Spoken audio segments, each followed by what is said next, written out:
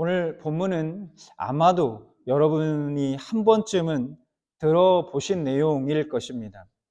예수님께서 가난한 과부가 성전에 헌금하는 것을 보시고 제자들을 불러서 말씀하십니다. 3절, 4절 말씀 다시 보면 이렇게 말씀하십니다. 제자들을 불러놓고 이 가난한 과부가 다른 모든 사람보다 많이 넣었도다. 과부는 그 가난한 중에서 자기가 가지고 있는 생활비 전부를 넣었느니라 하시니라. 예수님의 말씀, 이 말씀을 들을 때 여러분들은 어떤 생각이 드십니까? 아니 도대체 이 과부가 얼마나 신앙이 좋으면 이 성전의 그 헌금함에 자신의 생활비 전부를 바칠 수가 있을까? 당장에 자신의 굶을 수밖에 없는, 굶을 수도 있는 그 상황에서 도대체 얼마나 믿음이 좋으면은 생활비 전부를 다 넣을 수 있을까? 헌금할 수 있을까? 나는 그렇게 못할 것 같은데 하는 생각이 드실 수도 있으리라 생각합니다. 만약 여러분이 예수님의 말씀을 듣는 우리가 이런 생각을 하게 된다면, 이 예수님의 말씀을 듣는 우리가 이런 생각을 하게 된다면 그것은 아마도 예수님께서 제자들 앞에서 그 과부를 칭찬하신 것으로 생각하기 때문일 것입니다. 맞습니다. 사실은 오늘 이 본문의 말씀을 일반적으로 우리가 그렇게 생각해 왔습니다. 그런데 예수님께서 과부의 믿음을 칭찬한 것이라고 생각하기에는 걸리는 것들이 있다는 거예요. 오늘 말씀을 보면. 그게 뭐냐면 예수님은 그 과부의 믿음을 언급하고 계시지 않다는 겁니다. 그녀의 믿음을 칭찬하는 내용이 없다는 거죠. 다만 그녀가 가난한 중에 자기가 가지고 있는 생활비 전부를 헌금했다는 그 사실을 예수님께서 말씀하고 계신 것 뿐입니다. 어디에도 그렇기 때문에 그 과부의 믿음을 직접 언급하면서 칭찬하시는 내용은 없다는 겁니다. 자, 그렇다면 우리 예수님은 당시 제자들과 또한 오늘을 살아가는 우리에게 이 본문을 통해서 말씀해 주고 싶으셨던 것이 뭘까 하는 거죠. 우리에게 무엇을 오늘 이야기를 통해서 말씀해 주고 싶으신 걸까 하는 겁니다. 자, 우선 오늘 본문의 정확한 의미를 파악하기 위해서는 오늘 본문의 앞뒤의 문맥을 먼저 살펴보아야 합니다. 그래야 어떤 맥락에서 이 과부의 이야기가 나온 것인지를 우리가 알 수 있고, 그래야 예수님께서 무엇을 말씀하시고자 하는지를 알 수 있다는 얘기죠. 원래 성경에는 지금 우리가 보는 이 성경과 같이 장과 절이 나누어져 있지 않았습니다. 자, 그래서 이 내용을 우리가 누가복음 20장 45절부터 보게 되면 오늘 본문 내용이 확연히 달라진다는 거예요. 자, 그래서 20장 45절부터 47절까지 말씀을 먼저 보겠습니다.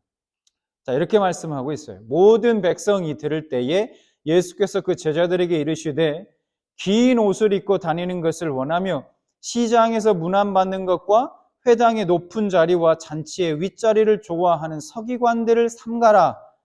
그들은 과부의 가산을 삼키며 외식으로 길게 기도하니 그들이 더 엄중한 심판을 받으리라 하시니라.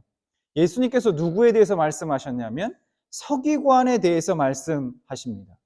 여러분, 이 서기관들이라는 사람들은 어떤 사람들이냐면 고대 이스라엘 사회에서 지도층에 속하는 사람들이었습니다. 지도층에 속합니다. 그들은 하나님의 말씀과 율법을 전문적으로 연구하는 학자였으며 또한 요즘으로 말하면 교수, 또한 판사의 역할도 하던 그런 사람들이었습니다. 누구나 부러워할 만큼 사회적인 지위와 명예를 가지고 있었던 그런 높은 사람들이었다는 거예요. 그래서 그들은 백성들의 존경을 한 몸에 받는 사람들이었다는 겁니다.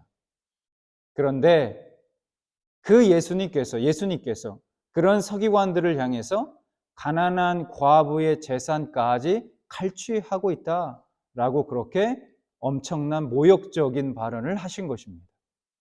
자, 그러면 서기관들에게 왜 이런 모욕적인 말씀을 하셨는가? 그들은 긴 옷을 입고 다니고 시장에서 문안받고 회당의 높은 자리를 더 좋아하고 잔치의 윗자리에 앉기를 좋아할 뿐 정작 그들이 해야 할 율법을 가르쳐야 할 그들이 율법에서 가장 보호하라고 말씀하고 있는 명령하고 있는 과부와 고아를 오히려 자신들의 배를 불리기 위해서 이용하고 또 착취하고 있었다는 것입니다. 그렇기 때문에 예수님이 이 서기관들에 대해서 말씀하셨다라는 것입니다. 자, 그러면 그들은 실제적으로 어떤 방법으로 착취하고 있었을까 하는 거죠. 그 방법 중 하나가 오늘 이어지는 본문, 우리가 함께 나눌 이 본문의 말씀. 즉, 가난한 과부의 헌금한 이 이야기에서 우리가 알 수 있다는 겁니다. 그들의 착취 방법 중에 하나를 알 수 있다는 거예요. 예수님 시대의 성전에는요, 헌금통이 13개가 비치되어 있었습니다. 7개는 성전세를 바치는 헌금통이었고 6개는 성전 유지비나 또 가난한 자들을 위한 구제용이었습니다. 성전 뜰에 딱 들어온 사람들은 성전 모두 그 미문 앞에 놓여져 있는 그 헌금통에 헌금을 할 수 있었습니다. 근데 문제는 그 헌금함에 그 이외에 각종 명목들을 막 붙여서 가난한 사람들에게까지 그 헌금을 거둬 드렸다는 거예요. 또한 당시 성전을 증축하고 있었습니다. 증축하고 있었는데 그 경비를 충당하기 위해서 그 미문 앞에 놓여져 있던 헌금함에 각각 헌금이 사용되는 용도를 다르게 해가지고 달리 표기해서 백성들이 최대한 많은 헌금을 할 수 있도록 그렇게 유도하기도 했습니다. 그래서 이 가난한 과부의 헌금 이야기 바로 뒤에는 어떤 말씀이 나오고 있느냐? 예수님께서 이렇게 말씀하시는 것을 볼 수 있습니다. 21장 5절과 6절 말씀을 보겠습니다. 어떤 사람들이 성전을 가리켜 그 아름다운 돌과 헌물로 꾸민 것을 말하며 예수께서 이르시되 너희 보는 이것들이 날이 이르면 돌 하나도 돌 위에 남지 않고 다 무너뜨려지리라. 헌물로 꾸민 것이라고 말씀하고 있죠. 그러니까 오늘 본문의 구조는 여러분 단순합니다. 즉 가산, 즉 과부의 집안의 전 재산을 삼키는 서기관, 그리고 생활비 전부를 성전에 바친 과부, 그리고 그 헌물로 지어진 아름다운 성전과 그 성전을 무너뜨려 버리겠다는 심판의 말씀으로 이렇게 말씀이 이어지고 있는 걸 우리는 알 수 있다는 거죠. 자, 이런 맥락에서 오늘 과부의 이야기를 우리가 이해해야 한다는 겁니다.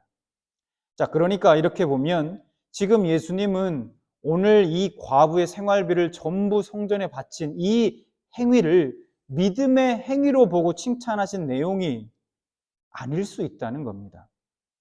자, 그럼 오늘 본문으로 돌아와서 1절, 2절 말씀 보겠습니다. 자, 예수께서 눈을 들어 부자들이 헌금함에 헌금 넣는 것을 보시고 2절, 또 어떤 가난한 과부가 두렙돈 넣는 것을 보시고. 자, 예수님께서 헌금함을 왜 보고 계셨는지 모르겠어요. 헌금하는 것을 왜 보고 계셨는지 모르겠지만 하여튼 그 모습을 보고 계셨답니다. 그때 어떤 가난한 과부가 두렙돈을 헌금함에 넣는 것을 보셨습니다. 그러니까 여기서 궁금한 것이 있죠. 뭐냐? 예수님은 그녀가 가난한 과부인 것을 어떻게 알았을까요? 그리고 그녀가 넣는 그 두렙돈 넣은 것을 어떻게 아셨을까요? 그녀의 행색을 보고, 겉모습을 보고 대충 가난하다는 것은 어떻게 짐작해 볼 수 있었을 것 같습니다. 그렇다 해도 그녀가 과부인 건 어떻게 알았을 것이고, 그리고 그녀가 넣는 두렙돈이 그녀의 생활비 전부라는 사실은 또 어떻게 아셨을까요? 성경에서는 우리에게 말씀해 주고 있지 않습니다. 그걸 어떻게 아셨는지 우리는 알 수 없어요. 알 수 없지만 궁금하긴 합니다. 어떻게 아셨는지. 그 사마리아에 예수님이 가셨을 때도 그랬습니다. 사마리아에서 한 여인을 만나서도 예수님은 그녀가 5명의 남편을 만나고 계속해서 이혼과 재혼을 반복하고 있었던 그런 상황도 알고 계셨죠. 우리가 이렇게 생각해 보면 우리 주님은 저와 여러분의 상황과 형편도 보고 계시다는 사실을 알 수 있습니다. 우리의 궁핍함을 알고 계신다. 단순히 경제적 궁핍함이 아니라 우리의 마음의 궁핍함, 즉 아픔과 우리의 고통과 나의 상처와 눈물까지도 하나님께서 알고 계신다는 거죠. 다른 사람이 나의 형편을 알고 있다는 거, 그게 뭐 큰 힘이 될까? 그다지 힘이 될 것 같지 않지만, 아니 오히려 부담이 될 수도 있고, 아니 오히려 상처가 될 수도 있지만, 우리 주님이 알고 계시다는 사실은 우리에겐 큰 힘이 됩니다. 왜 그럴까요? 왜냐하면 우리 주님은 알고 계신 것만으로 끝나지 않고 그 문제를 해결해 주실 수 있는 능력이 있으신 분이시기 때문입니다. 그래서 시편 기자는 자신 있게 우리에게 권면하고 있습니다. 너의 짐을 여호와께 맡기라고 말입니다. 시편 55편 22절 이렇게 말씀하죠. 내 짐을 여호와께 맡기라. 그가 너를 붙드시고 의인의 요동함을 영원히 허락하지 아니하시리로다. 이 가난한 과부가 두렙돈의 동전을 헌금함에 넣었습니다. 이 두렙돈은 당시 노동자의 하루치 임금인 한 데나리온의 64분의 1에 해당하는 금액입니다. 그래서 우리 이해하기 쉽게 요즘 기준으로 좀 계산해 보면 우리가 하루 품삯을 100불로 가정했을 때 이게 어느 정도 되는 금액이냐? 대략 1.5불 정도 해당하는 그 정도 되는 금액입니다. 그러니까 1불 50센트 정도 되는 금액이라는 말입니다. 아주 적은 금액이죠. 그런데 이것은 당시 가난한 과부가 하루를 굶지 않고 버틸 수 있는 그런 돈이었다는 겁니다. 비록 아주 적은 금액이지만 이 가난한 과부에게는 생명과도 같은 생존이 걸린 그런 돈이었다는 거예요. 그런데 그 돈을 지금 헌금함에 넣어버린 겁니다. 성전의 헌금함에 넣어버렸다는 거예요. 예수님이 그 모습을 보시고 제자들을 불러 이렇게 말씀하신 겁니다. 3절과 4절. 이르시되 내가 참으로 너에게 말하노니 이 가난한 과부가 다른 모든 사람보다 많이 넣었도다. 저들은 그 풍족한 중에서 헌금을 넣었거니와 이 과부는 그 가난한 중에서 자기가 가지고 있는 생활비 전부를 넣었느니라. 자, 여러분에게 묻겠습니다. 질문합니다. 여러분 어떻습니까? 예수님의 지금 이 말씀이 가난한 과부에 대한 칭찬으로 들리십니까? 그 믿음에 대한? 제자들을 불러놓고 너희도 이 과부의 믿음을 본받아라. 그렇게 말씀하시는 것으로 들리십니까? 어떻습니까? 물론 예수님이 이 과부의 믿음을 칭찬하시기 위해서 이 말씀을 하신 것일 수도 있어요. 그렇습니다. 그럴 수도 있어요. 그 가능성 자체를 부인하지는 않겠습니다. 다만 이 말씀을 하신 이유가 그게 전부일까 하는 거죠. 여러분, 저는 예수님의 이 말씀이, 제자들에게 하신 이 말씀이요, 안타까운 탄식으로 들립니다. 얘들아, 저기 저 과부가 지금 자신의 생활비, 생존이 걸린 그 생활비, 가지고 있는 생활비 전부를 헌금함에 지금 다 넣었다. 어떡하니? 저 과부가 당장 먹을 양식도 없을 텐데 저 과부는 이제는 어떻게 해야 하니? 예수님의 이 말씀이 종교적으로 당하고 있는 이 과부에 대한 한탄으로 들린다는 거예요. 여러분, 오늘의 이 말씀을 우리가 직접적으로 좀 더 직설적으로 어떻게 적용해 볼 수 있을까요? 만약에 가난한 누군가가 끼니를 때울 마지막 남은 몇천 원의 생활비를 교회 헌금함에 넣는다면 우리는 이것을 어떻게 바라보아야 할까요? 하나님이 채워주실 것을 기대하면서 그저 그 사람의 믿음을 칭찬하기만 하면 될까요? 알게 모르게 헌금하기를 부추기고 있는 일부 교회와 혹시 일부 탐욕적인 부흥사의 어떤 기복적인 어떤 그런 설교로 인한 희생자는 아닐까요? 물론 가장 중요한 것은 그녀가 어떤 동기로 지금 헌금을 하였는가 하는 것일 겁니다. 만일 자신이 궁핍한 가운데도 기쁨으로 아낌없이 그 하나님의 은혜에 감사하기 위해서 정말 자신이 자원하는 그 마음으로 헌금한 것이라면 이는 우리 모두에게 도전이 되는 감동적인 아름다운 일이 아닐 수 없습니다. 그렇죠. 그리고 교회는 그녀의 헌금을 어떤 부자의 많은 헌금보다 더욱 귀히 여겨야 할 것입니다. 동시에 그녀가 그 믿음에 합당한 체험을 할 수 있도록 같이 함께 기도하면서 또한 실질적인 경제적 필요를 채워주는 일을 우리가 함께 실천해야 할 것입니다.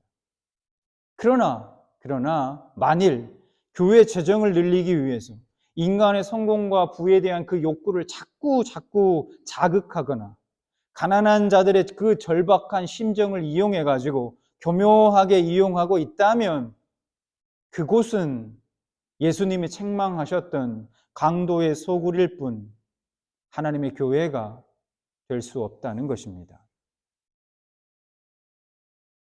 또한 오늘 말씀을 좀 더 확장시켜서 우리에게 적용해 본다면 어떨까요? 예수님은 지금 제자들을 불러서 그녀가 자신이 가진 생활비 전부를 다 헌금했다고 제자들에게 알려주었습니다.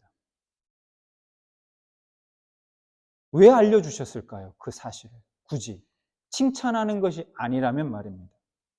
칭찬하기 위한 것이 아니라면 말입니다. 왜 이 사실을 제자들에게 알려줬을까? 왜 제자들에게 이 사실을 알려주셨다고 생각하십니까? 단순히 제자들에게 과부의 믿음을 봐라, 너희들도 저 과부처럼 너희들 것을 모든 것들을 하나님 앞에 드려라, 드리는 그런 믿음을 너희들도 본받아라 라는 의도였을까요?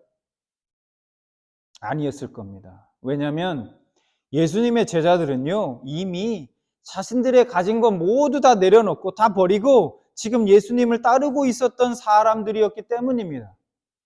그 과부보다 믿음이 더 좋았으면 좋았지, 사실은 과부의 헌금 앞에서 움츠려들 만한 그런 제자들은 아니었다는 거예요. 그럼 무슨 이유였을까요?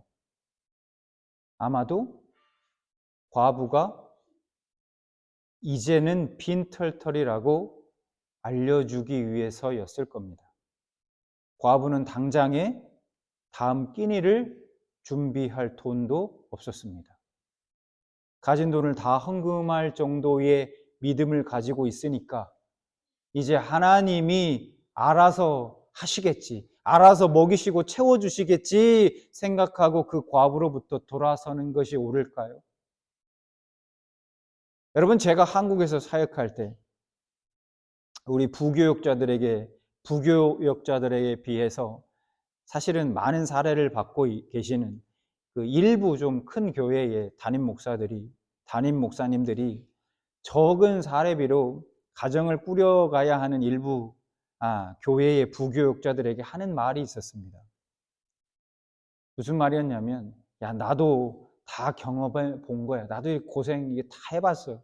고생을 해봐야, 부교역자 시절 때 고생을 해봐야 나중에 큰 목회할 수 있다? 열심히 사역하면 하나님이 다 그 필요를 채워주실 거야 라는 말을 많이 하곤 했습니다. 저도 비슷한 말을 개인적으로 들어본 경험이 있어요. 그런 말을 듣게 되면 아무리 적은 사례비를 받고 있어도 말을 못합니다, 교회에.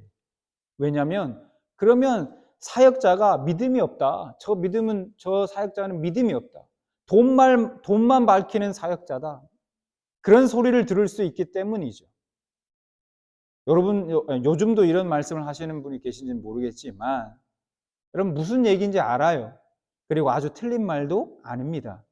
그런데 저는 이런 이야기를 들을 때마다 이런 생각이 자꾸 듭니다. 왜 교회가 해야 할 일을 자꾸 하나님께 자꾸 떠넘기는가? 하나님이 하세요. 하나님이 하실 거예요. 자꾸 교회가 해야 될 일을 하나님께 떠넘기는가 하는 생각이 계속해서 제 머릿속에 드는 겁니다. 여러분, 과부와 같은 사회적 약자를 누가 돌봐야 합니까? 당시에 바로 이 서기관을 비롯한 종교 지도자들이 해야 하는 일이었어요. 이 일은. 그런데 그들은 그렇게 하지 않았습니다. 오히려 반대로 자신의 배를 불리기 위해서 이러한 과부의 재산을, 과부와 같은 사회적 약자의 재산을 착취했습니다. 그것도 교묘하게 종교적 방법을 동원해서 말입니다. 그래서 과부는 이제 두랩돈밖에 남지 않았습니다. 그런데 지금 그 돈마저 헌금함에 넣어버린 거예요.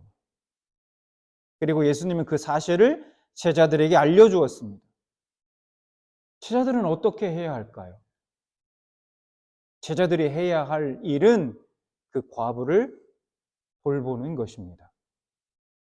실제로 그 당시에는 생활고로 인해서 자신의 몸을 파는 지경에까지 이르는 과부들도 있었다고 합니다. 먹고 살아야 되니까. 예수님께서는 오병이어의 기적을 일으키실 때도 그러셨어요. 그 많은 사람들, 거의 장정만 5천 명이니까 10,000명 정도 되는 사람들 아닙니까? 여자와 아이들까지 다 합치면.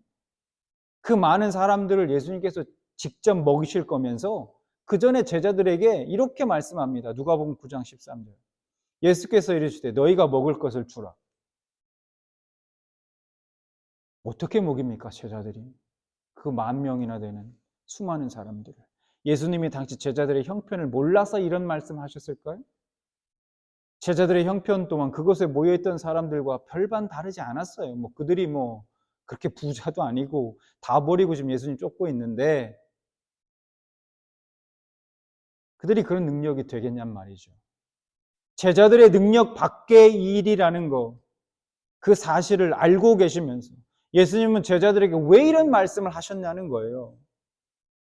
한마디로 예수님은 제자들에게 지금 묻고 있는 겁니다. 묻고 있는 거예요. 얘들아, 너희들이 이 사람들의 궁핍함이 보이니? 너희가 이 사람들을 긍휼히 여기는 마음이 있니? 가지고 있냐? 이들을 사랑하는 마음이 있니? 주님이 제자들에게 묻고 계신 겁니다. 그러므로 우리가 해야 할 일이 무엇입니까? 이 두랩돈이 그녀의 모든 소유가 되어버린 이 과부와 같은 사람이 생기지 않도록 우리가 과부와 같은 사람들의 손을 잡아주어야 하는 것입니다. 예수님께서 우리에게 주시는 메시지는 이 과부처럼 해라가 아니고 이 과부와 같은 사람이 생기지 않도록 행동하고 만약 이 과부와 같은 사람이 생긴다면 너희가 돌봐주어라. 돌봐주었으면 좋겠다. 주님이 말씀하고 계신 겁니다. 여러분, 우리는 두 가지 측면에서 이 서기관과 같은 사람들을 조심해야 돼요. 서기관을 조심해야 합니다. 첫 번째, 우리 자신이 과부의 가산을 삼키는 이 서기관과 같은 사람에게 피해를 입지 않도록 우리도 않도록 그런 사람들을 조심해야 합니다. 두 번째로는 이게 더 중요한데요. 여러분 스스로가 이 서기관과 같은 사람이 되지 않도록 조심해야 하는 거죠. 강자에겐 약하고 약자에게 강한 사람이 많습니다. 나보다 약한 위치에 있는 사람을 함부로 대하기 쉽다는 거예요. 때문에 우리도 서기관과 같은 사람이 언제든지 될 수 있다. 그 가능성이 있다는 거예요. 그래서 우리도 서기관과 같은 사람이 되지 않도록 늘 깨어서 자기 자신을 살펴야 하는 것이죠.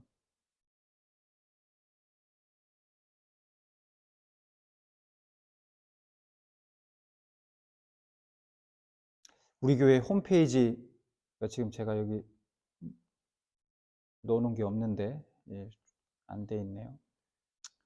우리 교회 홈페이지 딱 메인 화면에 들어가시면 그 메인 화면에 이렇게 되어 있습니다. 하나님을 사랑하고 또 사람을 사랑하는 교회. 이것이 우리 교회를 지탱하고 있는 두 기둥이자 우리 평안교회의 존재 이유입니다. 우리는 우리 교회를 가난하고 소외된 자도 아니 그 어떤 누구도 초대받고 참여할 수 있는 평등하고 차별 없는 천국의 장으로 만들어 가야 하는 것입니다. 우선 우리 교회가 이런 교회가 되기를 소망합니다.